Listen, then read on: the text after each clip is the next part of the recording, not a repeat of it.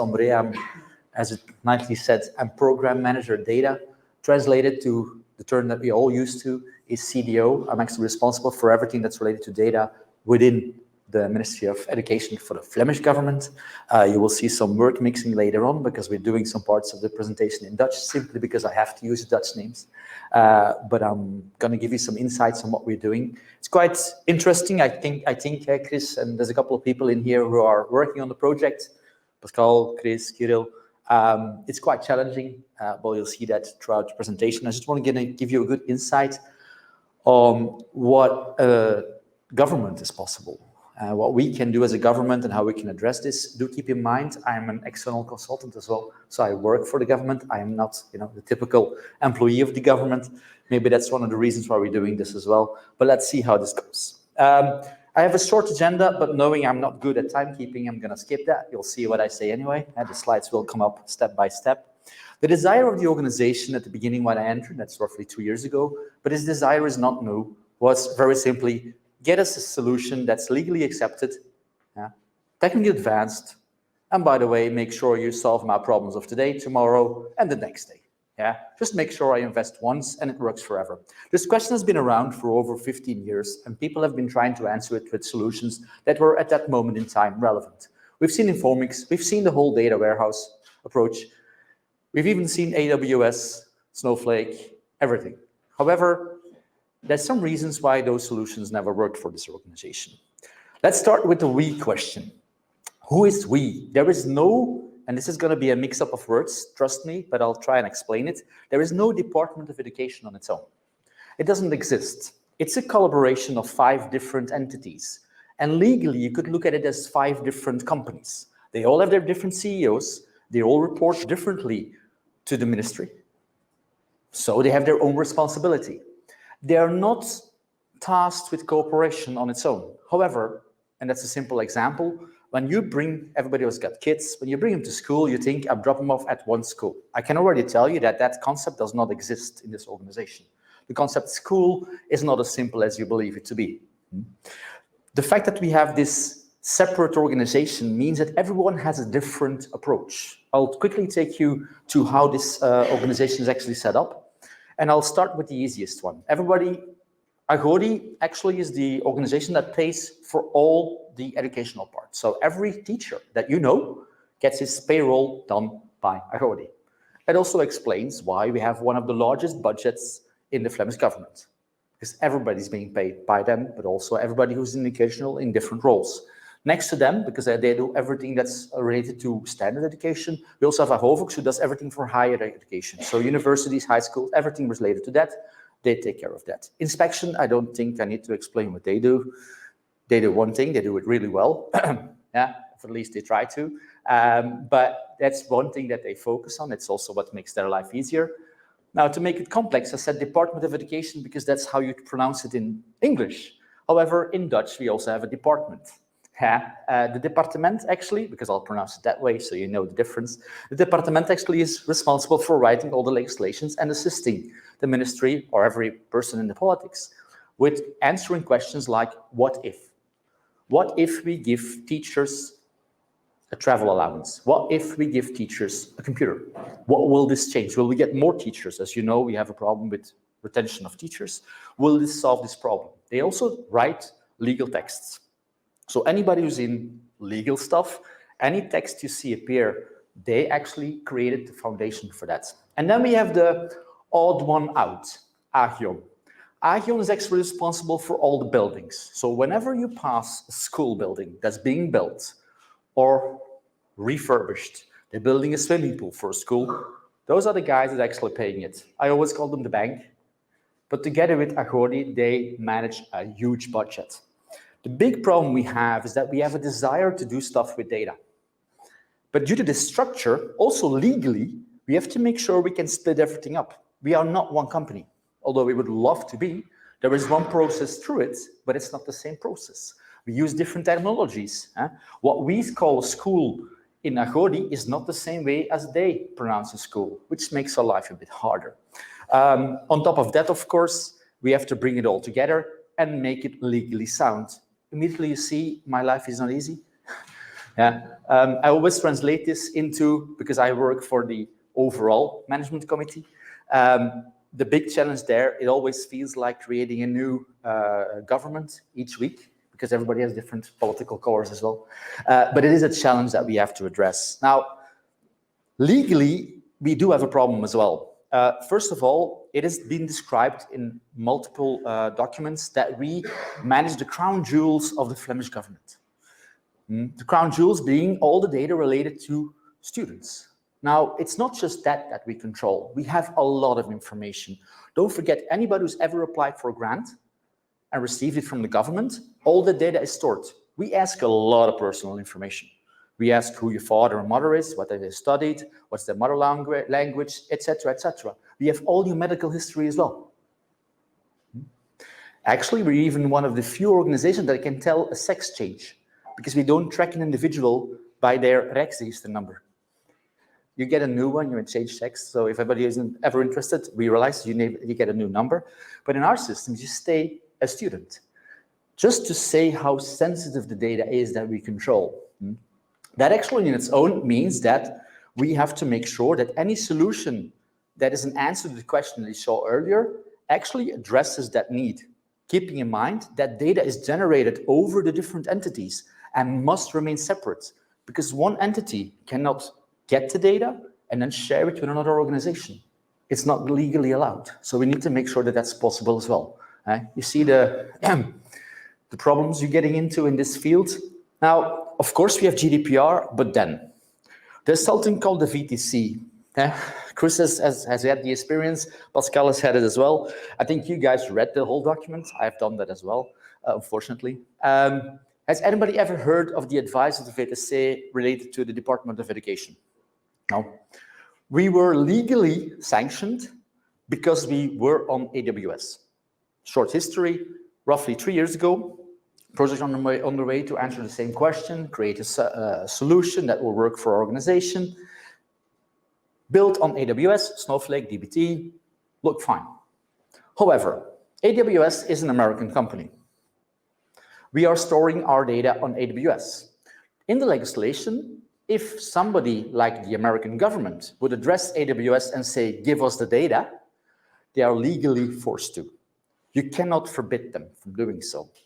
And since we could not stop that, we were forced by this organization to move away from AWS. So get ready for this later on. I'm probably the only person in this room who can say we actually bought hardware this year. Simply because we needed to. We are therefore forced to go away from any American company that's used cloud computing. We cannot.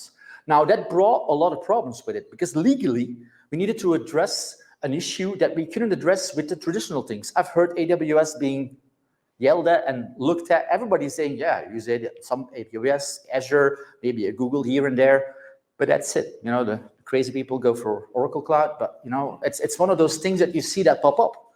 We cannot address that. And that means that your whole thinking of organization and flexibility is completely different. Because everything you've been looking at in every event for the last 3, 4, 5, 6 years is all cloud is the solution. It creates multiple flexibilities. That's the way to go. For us, from the get-go, that was kicked off the table and said, no.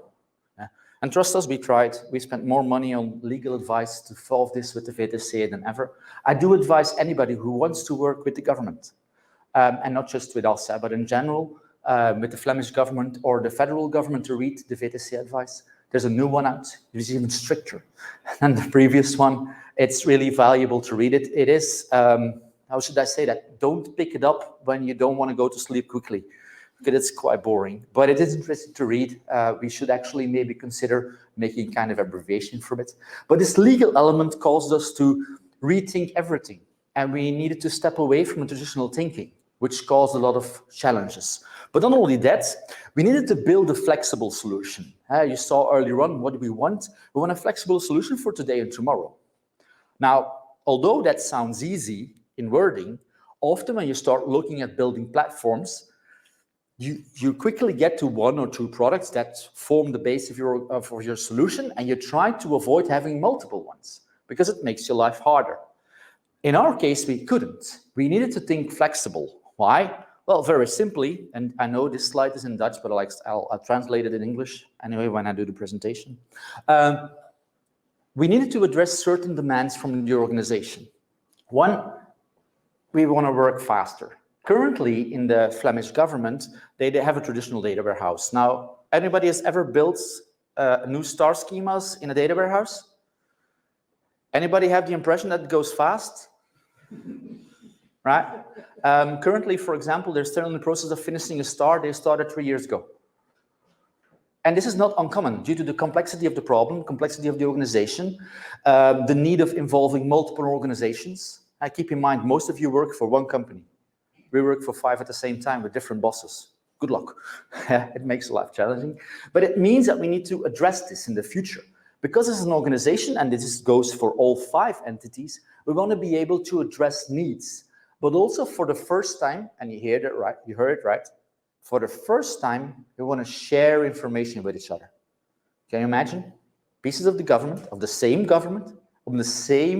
Department of Education, want to share information. So we want to make sure that when we get data on board, we can share it quicker. A quick example for that, for those who have children, at a certain moment in time, there's something called COVID that we had a couple of months ago, I think. Yeah? At a certain moment, we needed to address and say how many students were in school or not. I can already tell you that that data set is the fastest growing data set we have in the government. Because the rest of our data sets are quite predictable.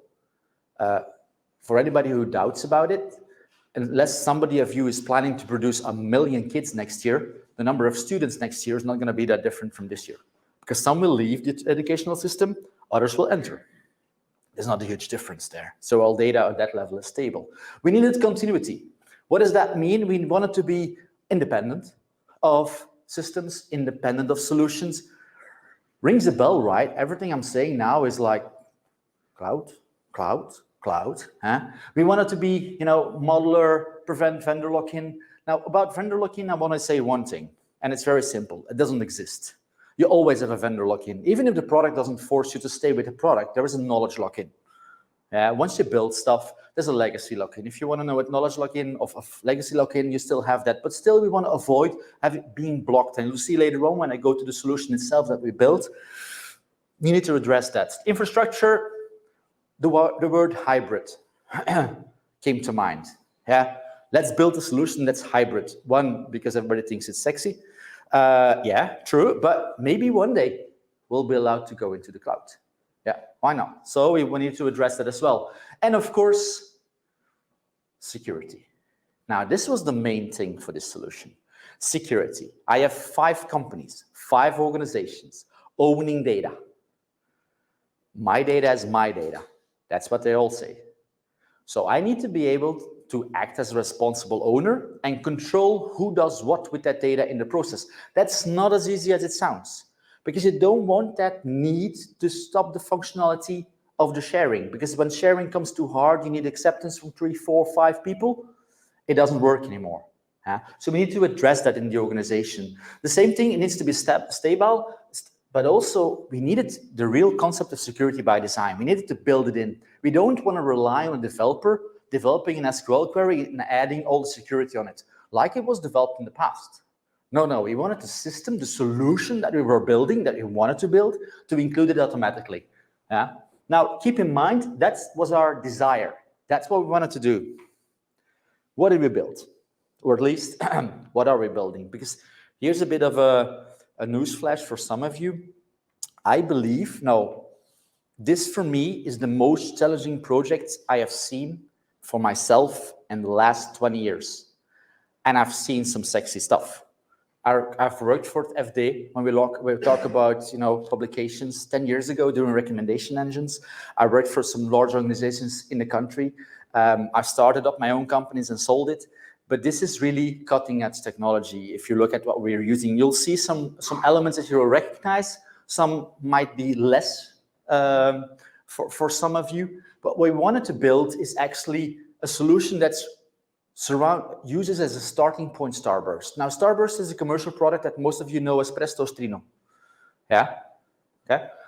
That's what we put in the core. The reason we went for Starburst and not for Trino is simply because We are a government. If it goes wrong, I can't say I'll ask the community. Yeah, I need a solution. I need a guarantee. And since this was critical in our organization, critical in the product and the solution that we were building, we needed to have a solution that would support it. DBT has been mentioned a couple of times before. It is a standard. I just immediately want to say, DBT is great, but you have to manage it. Yeah, this will be one of the challenges that we have. We put MinIO. I don't know if anybody's ever worked with MinIO. MinIO is actually using technology to get the most out of stupid hardware.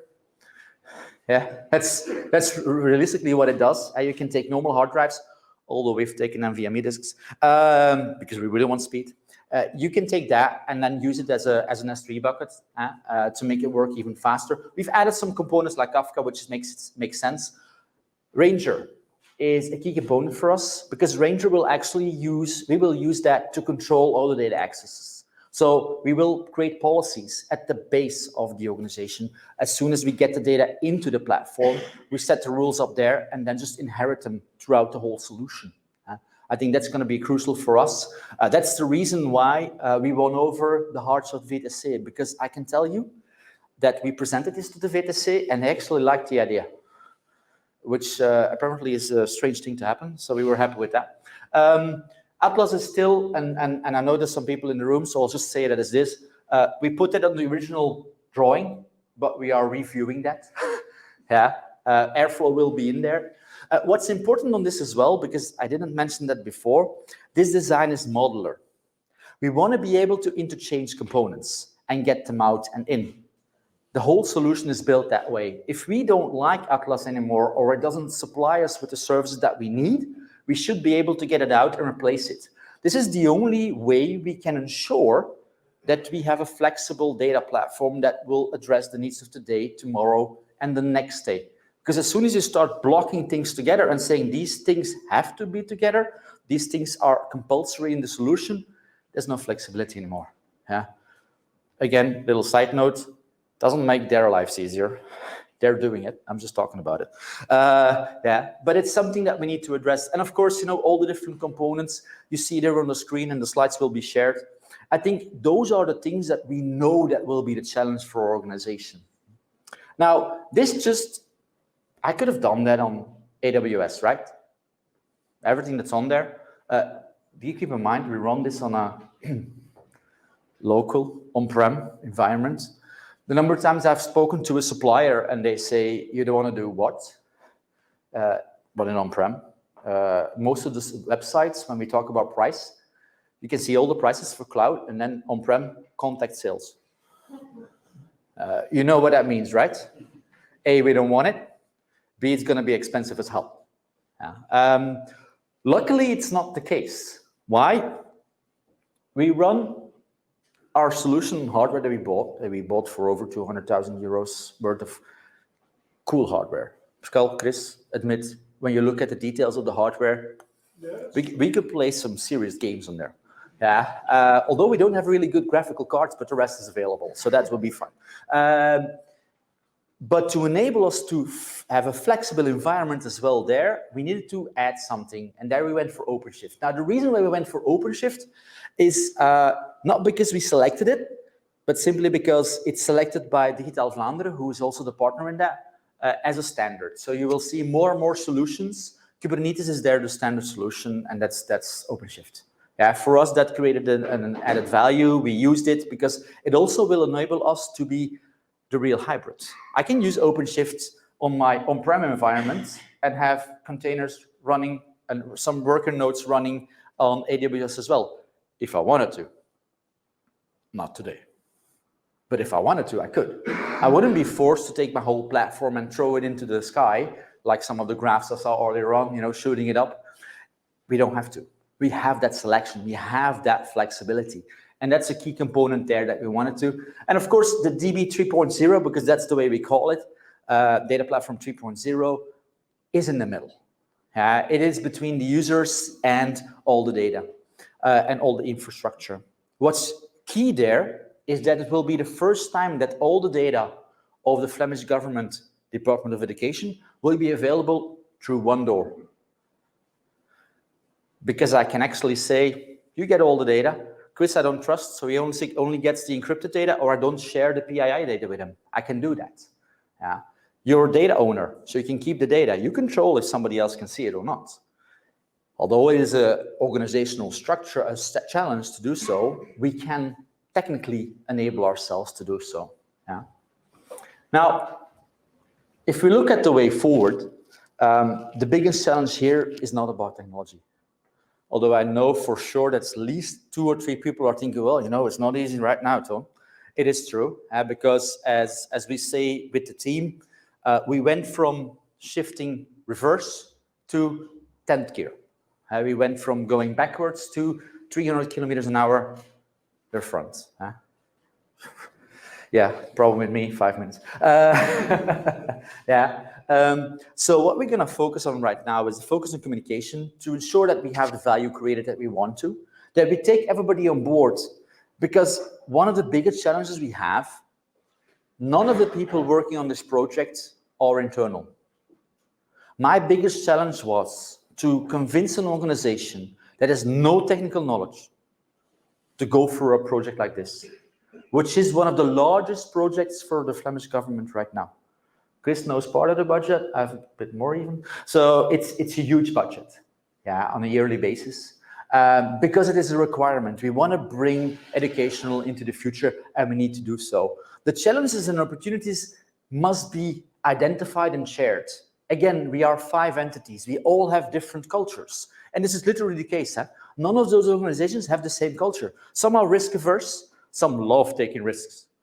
Yeah, I can tell you that one of the entities, as soon as the advisor to VTC came out saying, you can't use the cloud, they said, yeah, but we'll do it anyway, just to see what happens. Yeah, they didn't, just to make sure point, they didn't.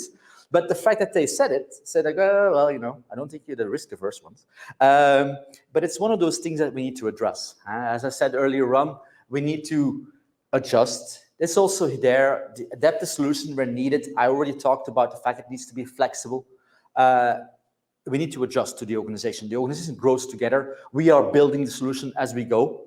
To give some credit to the guys from DataMind as well, this solution started, the development of this new solution, and correct me if I'm wrong, started, if I'm really, you know, extending it September, October-ish. We'll go in production in March. And there's no negotiation on the data. We have to do that. Yeah, that shows you the pressure that's on the team now. We're getting a lot of great people from DataMind, but at the same time, the speed at which we are evolving, the speed at which we are developing right now, and we get great support from all our partners, just the DataMind, but Starburst, MinIO, we are almost on daily calls with MinIO, is finding the right people. And my biggest fear, when I leave this project one day, because I'm not married to them, I'm married to someone else, and one is enough. You have to look at finding the right people to leave behind. Currently, I said it before, there's no technical knowledge in-house. We are talking about things that people think it's mumbo jumbo, it's a religion or it's magic. It's not. There's very little to no data engineering knowledge in the house. So if I was to look for a job and stability, we're doing cool stuff for the government, trust me, they're gonna start looking aggressively for people, because this is also looked at as potentially a standard data platform for the Flemish government, because it allows for scalability. Yeah. Hey, I'm roughly okay, right, with time? Hey, you're welcome.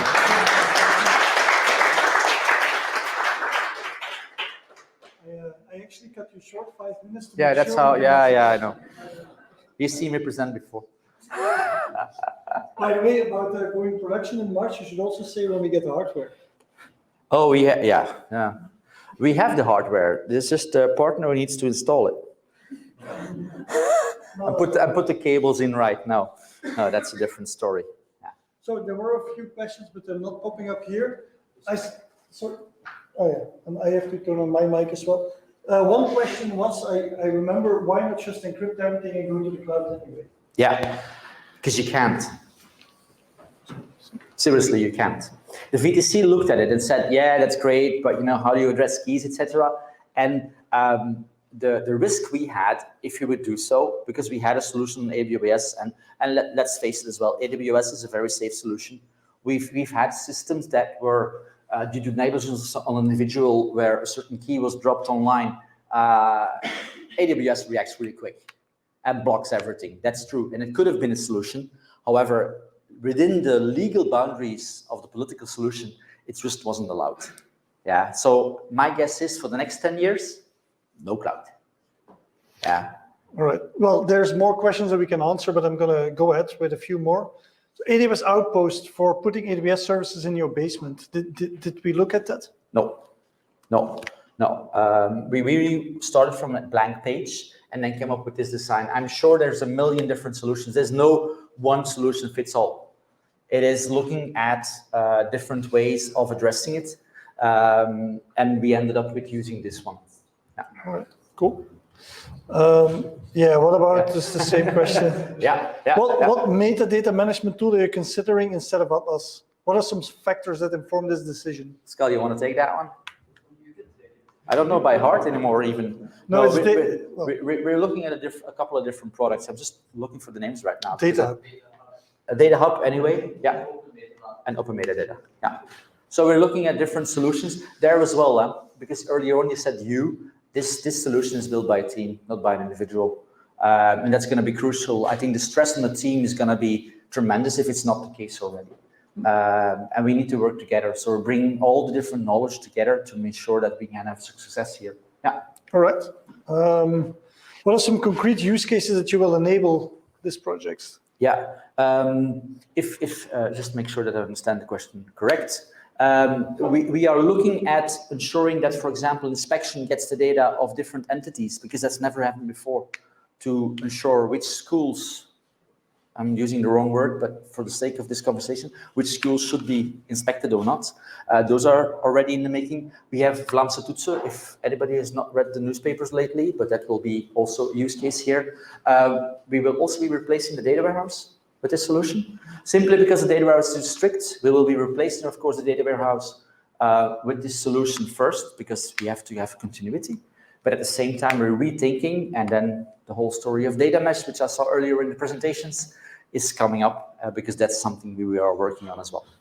All right, let's do one more before we go for a break. Oh, okay, the stream's already. So we answered all. I can tell you that the answer is yes.